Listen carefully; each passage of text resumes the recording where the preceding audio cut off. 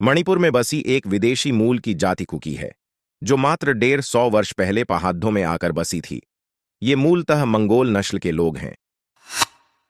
जब अंग्रेजों ने चीन में अफीम की खेती को बढ़ावा दिया, तो उसके कुछ दशक बाद अंग्रेजों ने ही इन मंगोलों को वर्मा के पहाड़ी इलाके से लाकर मणिपुर में अफीम की खेती में लगाया। आपको आश्चर्य होगा कि तमाम कानूनों को धत्ता बताकर ये अब भी अफीम की खेती करते हैं और कानून इनका कुछ नहीं बिगाड़ा पाता। इनके व्यवहार में अब भी वही मंगोली क्रूरता है और व्यवस्था के प्रति प्रतिरोध का भाव है। मतलब नहीं मानेंगे तो नहीं मानेंगे। अधिकांश कुकी यहां अंग्रेजों द्वारा बसाए गए हैं, पर कुछ उसके पहले ही रहते थे। उन्हें वर्मा से बुलाकर मैतेई राजाओं ने बसाया था। क्यों? क्योंकि तब ये सस्ते सैनिक हुआ करते थे। सस्ते मजदूर के चक्कर में अपना नाश कर लेना कोई नई बीमारी नहीं है। आप भी ढूंढते हैं ना सस्ते मजदूर।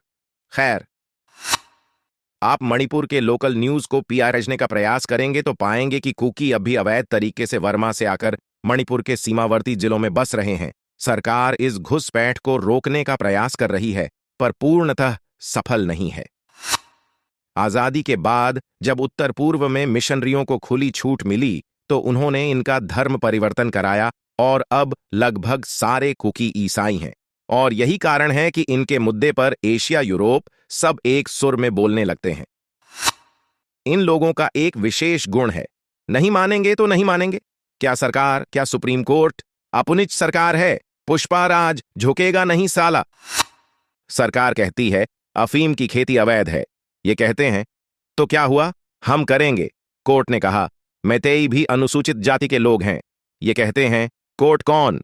हम कहते हैं कि वे अनुसूचित नहीं हैं, मतलब नहीं है, हम ही कोर्ट हैं। मैती, मैतेई या मैतेई ये मणिपुर के मूल निवासी हैं। सदैव वनवासियों की तरह प्राकृतिक वैष्णव जीवन जीने वाले लोग। पुराने दिनों में सत्ता इनकी थी, इन्हीं में से राजा हुआ करते थे। अब राज्य नहीं है, जमीन भी नहीं है। मणिपुर की जनसंख्या में ये आधे से अधिक हैं, पर भूमि इनके पास 10% के आसपास है। उधर कुकियों की जनसंख्या 30% है, पर जमीन 90% है।